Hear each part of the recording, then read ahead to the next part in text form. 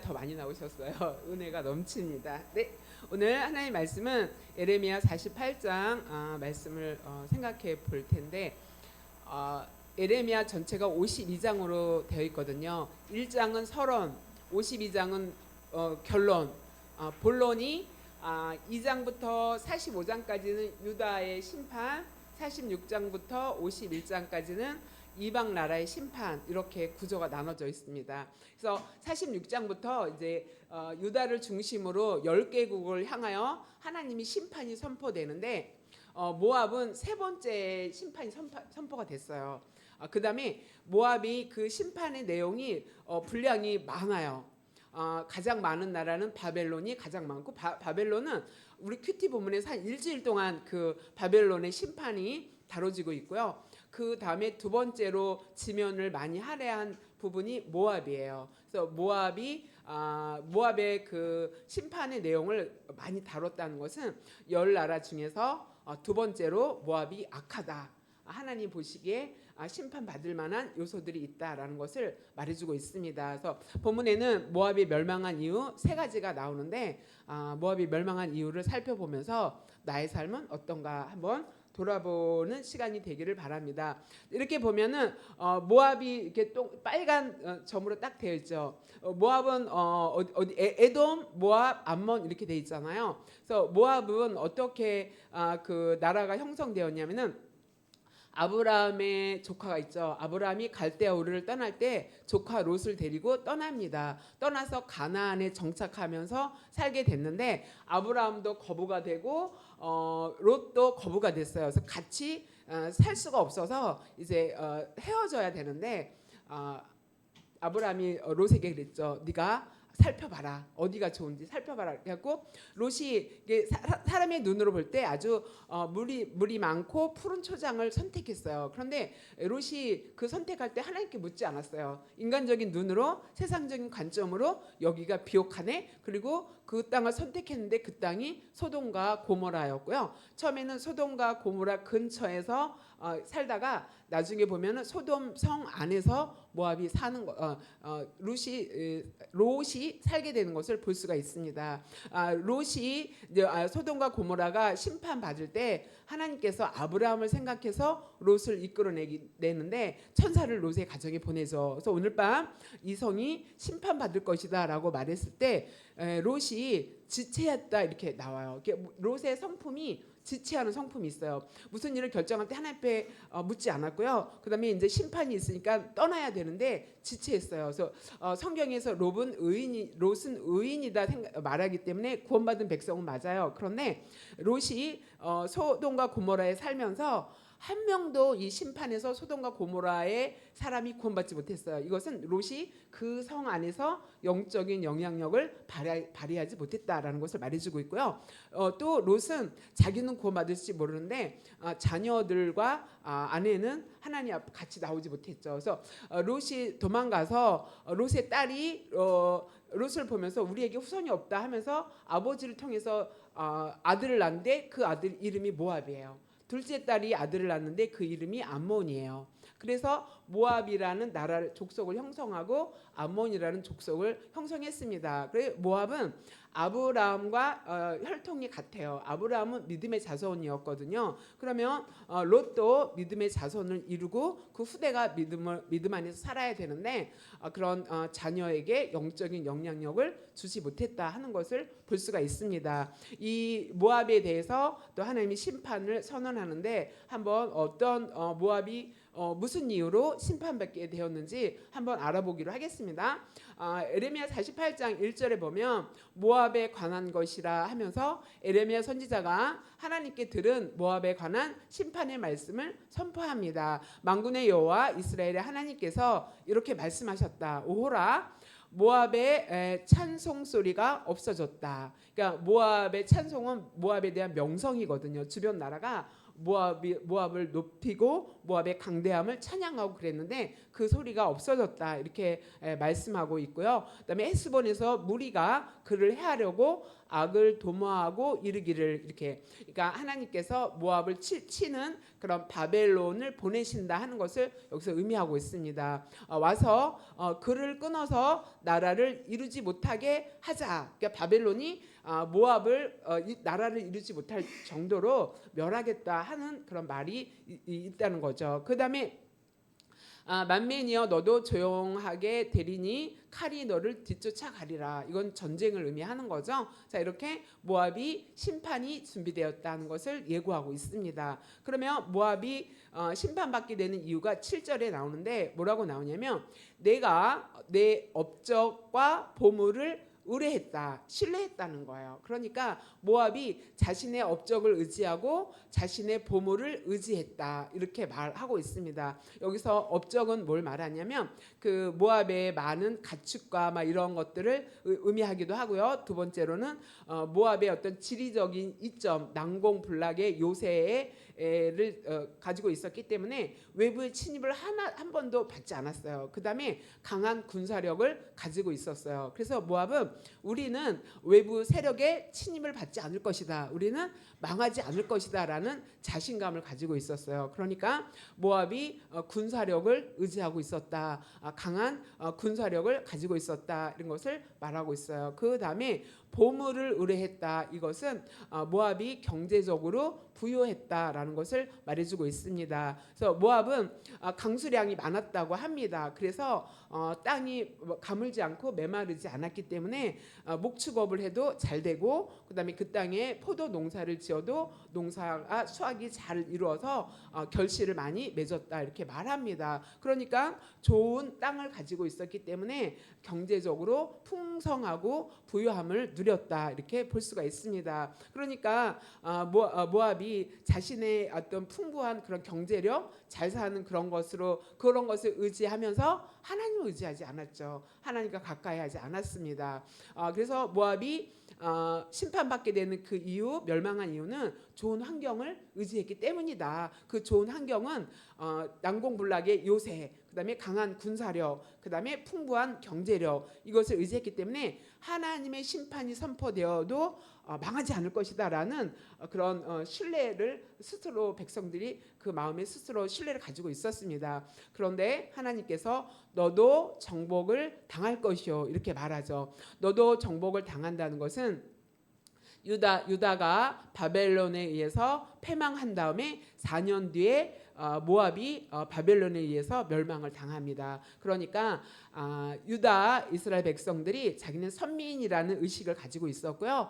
그다음에 유다가 이렇게 멸망할 그 시기에 경제적으로 부유했습니다. 그렇기 때문에 하나님께서 우리를 보호하실 거야. 예루살렘에 하나님의 성전이 있기 때문에 우리는 절대로 망하지 않아. 그래서 자기네들의 어떤 그 위치적인 조건과 또 하나님의 택한 백성이라는 그 자만심이 이스라엘 백성에게 가득했기 때문에 아무리 에레미야가 바벨론에 의해서 멸망할 것이다 선포해도 믿지 않았거든요. 그런데 실제로 587년에 바벨론에 의해서 정복을 당합니다. 그런 것처럼 너도 그러니까 유다가 자기네들의 경제력과 그 선민 백성이라는 것을 의지해서 망하지 않을 것이라고 했던 것처럼 요압은 자신들의 군사력과 경제력을 의지했지만 그것이 너희를 보존하지 못하고 너희를 보호하지 못한다. 너희도 유다처럼 정복당할 것이다. 이렇게 말하고 있습니다.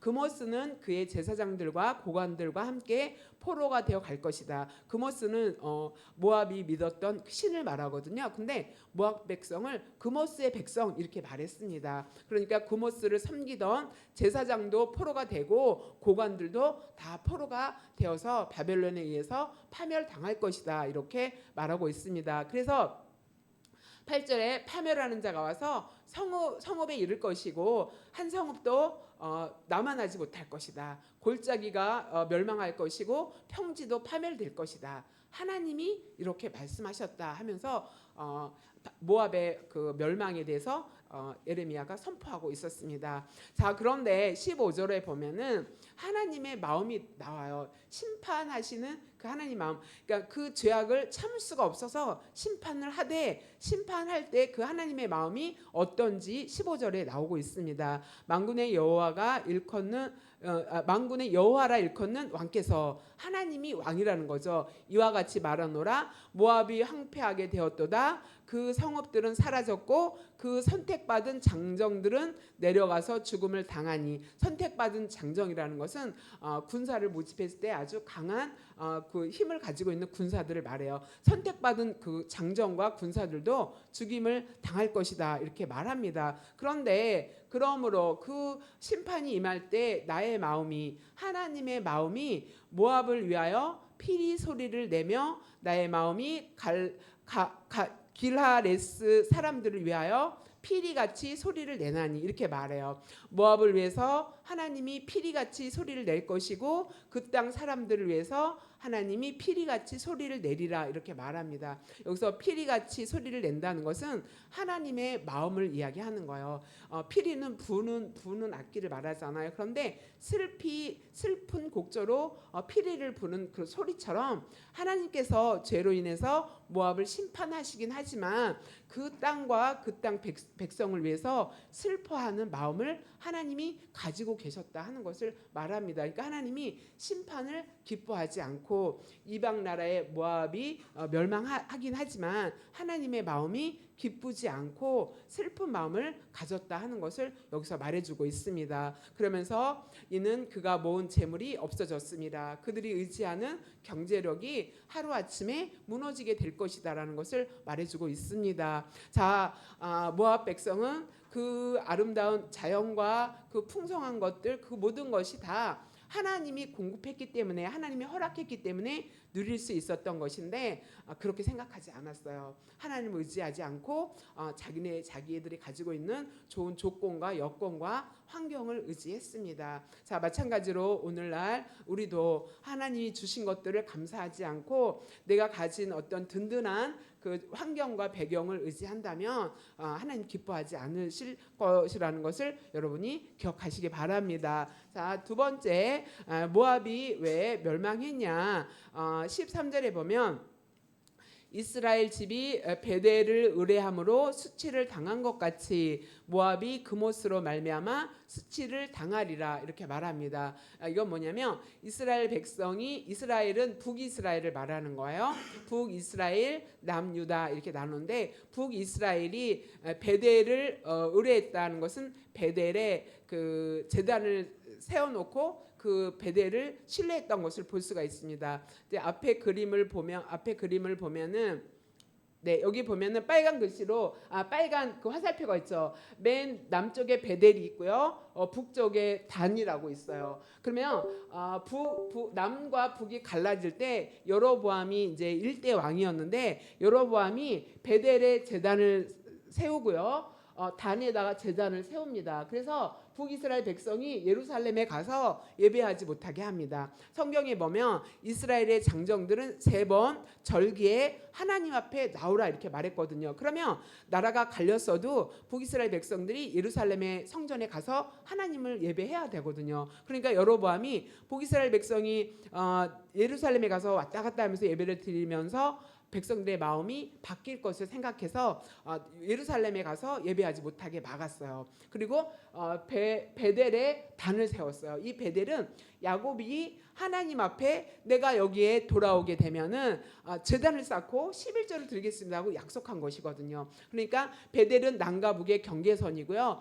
야곱이 거기에 하나님 앞에 헌신한 그런 귀한 장소예요. 그러니까 거기다가 제단을 세운 명분을 가지고 여로보암이 제단을 세웠어요. 그래서 내려가지 못하게 했고 단은 단지파가 이미 저쪽에 제단을 세워갖고 예배를 드리고 제사장을 선점해서 예배를 드리고 있었어요. 그렇기 때문에 베델과 단에 금송아지를 세워놓고 우상을 섬기게 하는 일들이 일어났습니다. 그래서 북이스라엘은 남유다보다 130년 전에 아수르에 의해서 멸망한 것을 볼 수가 있습니다. 오늘 본문은 그걸 말하는 거예요. 이스라엘 집이 베델을 의뢰함으로 베델의 금송아지를 섬김으로 수치를 당했다. 멸망한 것처럼 모압도 뭐로 말미암아 그모스를 섬기는, 그모스라는 우상을 섬기는 것으로 인해서 수치를 당할 것이다. 멸망할 것이다. 이렇게 말하고 있습니다. 그러니까 이스라엘 백성이 베델의 금송아지와 단의 금송아지가 있는 제단을 섬기면서 모든 백성과 그 뒤에 이어지는 왕들이 우상을 섬겨서 멸망했던 것처럼 모압은 어떤 우상을 섬겼다? 그모스라는 우상을 섬겼습니다. 자, 여기 그림에 보면 그모스가 이렇게 짐승 형상이 나오죠. 그 가운데 이제 이렇게 불이 지피는 게 나오잖아요. 그모스는 전쟁의 신 이렇게 말하고 있어요. 그래서 전쟁이 나면은 그모스란 신이 우리를 보호해 줄 것이다. 그래서 예레미야 선지자를 통해서 모압이 이제 바벨론에서 멸망할 것이라는 선포가 있었지만 모압 백성들은 믿지 않았어요. 그모스가 전쟁의 신이니까 우리를 지켜줄 것이다 이렇게 생각했어요. 그다음에 모압이 어려운 일을 당하고 모압 나라가 어떤 힘든 일이 있으면은 어린 아이를 그 그모스 저 맨 밑에 보이는 그 불 있잖아요. 거기다가 어린 아이를 제사로 드려서 인신 제사를 드렸습니다. 하나님이 악하게 여기는 거거든요. 사람을 제사의 제물로 드릴 수 없거든요. 그런데 모압은 그 그모스 신에게 인신 제사를 드리는 그런 일들이 일어났습니다. 그러니까 하나님께서 너희가 그 그모스로 말미암아 수치를 당할 거다. 북이스라엘이 베델의 금송아지를 섬겨서 멸망했던 것처럼 너희는 그모스로 말미암아 멸망하게 될 것이다. 우상을 의지했기 때문에 멸망할 것이다라고 말하죠. 아까 말했듯이 모압은 아브라함의 조카 롯의 후손이에요. 그러면 믿음의 조상의 혈통을 가진 백성들인데 하나님을 섬기지 않고 그모스라는 신을 섬겼습니다. 그러기 때문에 우상을 의지했기 때문에 멸망했다 이렇게 말합니다. 자, 그러면 출애굽기 20장 2절에 뭐라고 말하냐면 이스라엘 백성이 애굽에서 이제 출애굽하고 광야에 있을 때 하나님이 모세에게 하나님의 말씀을 주시죠. 뭐라고 말씀하시냐면 나는 너를 애굽 땅 종되었던 집에서 인도해낸 내 하나님 여호와다 이렇게 말합니다. 그렇게 말하면서 3절에 뭐라고 얘기하냐면 나 외에는 다른 신을 내게 두지 말라. 자, 이스라엘 백성이 하나님 외에 다른 신을 두지 말아야 되는 근거가 뭐냐면은 나는 너를 애굽 땅 430년 동안 종살이하던 그곳 너희들이 부르짖으면서 나를 찾았던 그곳에서 내가 너를 구원해냈다 이렇게 말씀하고 있습니다. 여러분 우리는 이스라엘 백성은 애굽 땅에서 바로의 손에서 종노릇 한 그 손에서 자유케 했는데 우리는 그 바로라는 사단의 손에서 우리가 종노릇 하고 있었는데 예수 그리스도라는 구원자를 통해서 하나님이 우리를 구원하여 주셨습니다. 그렇게 이스라엘 백성에게 하나님이 근거를 세우는 것은 너희가 종되었던 곳에서 내가 자유하게 하고 구원받게 하고 내 백성으로 삼아 주었다. 그러면서 나 외에는 다른 신을 내게 두지 말라. 하나님이 우리를 사단의 그 휘하에서 종로로 타던 우리를 구원하셨습니다. 그러면서 우리에게 말씀하시는 것이 나 외에는 다른 신을 내게 두지 말라. 이건 뭐냐면 예배의 대상, 경배의 대상은 하나님밖에 없다. 그래서 우리는 올바른 예배의 대상을 정확히 해야 돼요. 그래서 하나님은 우리에게 예배의 대상을 정확히 해라. 하나님 외에 우리가 의지하는 거 우상이다. 이렇게 말하고 있습니다. 자, 첫 번째는 모압이 뭘 의지했냐면 좋은 환경을 의지했어요. 우상을 의지한다는 것은 하나님 외에 다른 것을 의지하는 거. 그 모압이 그모스 신을 의지했죠. 그모스 신이 우리에게 평화를 주고 우리에게 풍요를 줄 것이다라고 믿었거든요. 그런데 우리 안에 하나님 외에 다른 것을 내가 의지하고 있다면 그것이 우상이다. 우리는 이런 형상을 섬기진 않습니다. 또 뭐 이렇게 그런 형상이 있는 곳에 가서 절하지는 않습니다. 그러나 내 마음 안에 하나님 아닌 다른 것이 내 의지의 대상이 된다면은 그것은 나에게 우상이다. 그래서 하나님 자리에 다른 것이 있다면, 그러니까 모압은 하나님 자리에 그모스가 있었습니다. 그러면 나는 내 신앙에서 내 삶에서 하나님 외에 무엇을 두고 있는가, 내가 의지하고 있는 것이 무엇인가를 잘 살펴보면서 그것이 나의 우상이 될 수 있다는 것을 기억하시기 바랍니다. 그래서 하나님은 모압이 우상을 의지했기 때문에 멸망하게 된다 하는 것을 말해주고 있습니다. 그 다음에 세 번째로는 26절에 보면은 모압으로 취하게 할지어다 이는 그가 여호와에 대하여 교만함이라 이렇게 말하고 있습니다. 그러니까 모압이 멸망한 것은 하나님 앞에서 교만했기 때문이다라고 말해주고 있습니다. 그가 그 토한 것에서 뒹굴므로 조롱거리가 되리라. 그 교만으로 인해서 자기가 토한 것에서 막 술이 취하면 토하고 거기에 넘어지고 막 이러잖아요. 엄청 더럽고 거기서 막 이렇게 굴르면 지나가는 사람들이 굉장히 욕을 하고 흉을 보고 막 그러게 되죠. 그런 것과 같다 이렇게 말하면서 조롱거리가 될 것이다 말합니다. 그러면서 우리가 모압의 교만을 들었나니 여기서 우리는 에레미야와 함께하는 사람들을 말해요. 모압이 교만하다는 것이 주변에 많은 사람들에게 이미 알려졌다는 거죠. 그런데 모압의 교만이 심한 교만, 그냥 보통 교만도 아니고 아주 심각하게 심한 교만을 가지고 있다는 것을 말합니다. 그런데 그 다음에 교만이 무엇인지 설명하고 있어요. 모압이 심한 교만, 아주 심히 교만했는데 곧 이것은 이제 교만의 모습을 이야기합니다. 그가 자고했다. 이거 뭐야? 스스로 자기를 높였다. 이런 말입니다. 그가 오만했다. 이런 것은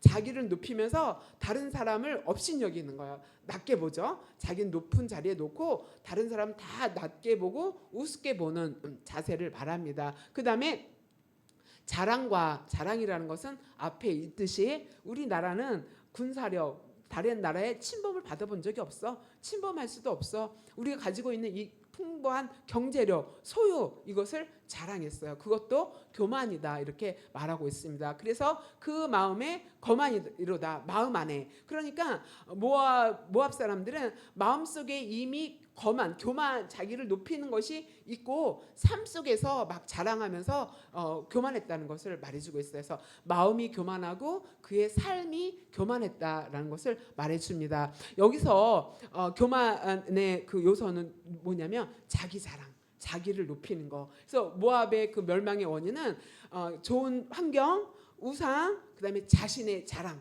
자기를 높이는 거. 이것이 멸망의 원인이었고 그것이 교만이라는 것을 말해주고 있습니다. 그러면서 모압이 두 번째 어떠한 죄를 지었냐면 내가 이스라엘을 조롱하지 아니하였느냐, 그가 도둑 가운데에서 발견되었느냐, 내가 그를 말할 때마다 내 머리를 흔드는도다. 그러니까 모압이 이스라엘을 무시했어요. 우습게 봤어요. 그런데 이스라엘은 하나님께서 그 출애굽할 때 가나안에 들어갈 때 모압은 치지 말라 그랬어요. 너희 핏줄이다. 모압은 건드리지 말라. 그래서 이스라엘 백성이 가나안에 입성하면서 모든 전쟁에서 승리했거든요. 하나님께서 전쟁에서 승리하게 하셨어요. 그런데 모압은 너희 핏줄이니까 건들지 말라. 너희의 형제다 하면서 하나님께서 모압을 선대하게 했거든요. 그래서 이스라엘 백성은 모압을 우호적으로 생각했는데 오히려 모압은 이스라엘 백성의 그 연약함을 볼 때 이런 걸 볼 때 조롱하고 머리를 흔들고 우습게 봤다 하는 것을 여기서 말해주고 있어요. 그러면서